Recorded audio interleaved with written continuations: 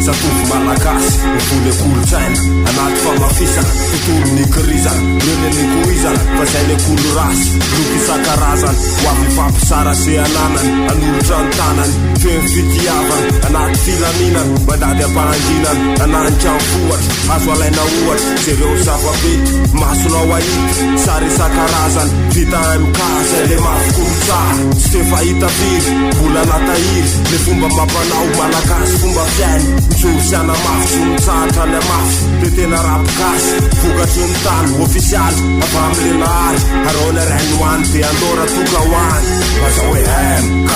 mafy kolosala aza hoe MK mafy kolosala aza hoe MK mafy kolosala aza hoe MK mafy kolotsaha io le mafy kolotsaha mapita kolotsaha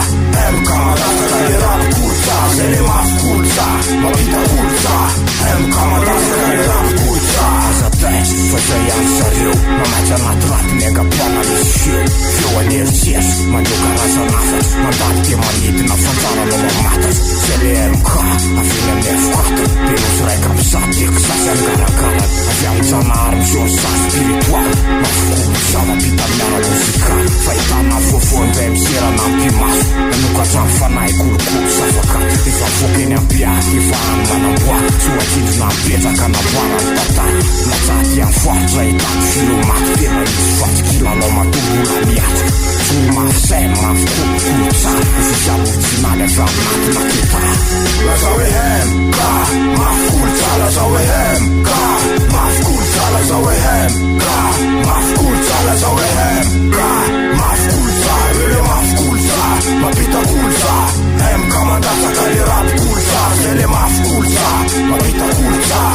MK mandasaka le rapy kolotsaha MK efa eny le mafy kolotsaha toerana bakara tany anaty kokotsaha de foana fatsiny aby isanandro manambara natsona hoe N20 de miantso manafatra eo ambonina fekira anaprofo zay tadakira roy lipopy fa tsy delira miona aminay tsy maintsy mila mafy arakolotsaina fa raty zany tsy mataty mirevinay amin'ny alina maingy any graffiti eny amin'ny lalana misimoky ty arahana jibi life is reality ao amin'ny tampo amin'isy ny MC miketrika sy mandalo atondra manalo relaxa de miinstalle alohany andatsana an'le vocal tsy maintsy efa maty paika ny tetika eo ampandiniana texte mitonaka ny setroka rap MK kelebi aza hoe MK mafy kolosala aza hoe MK mafy kolosala aza hoe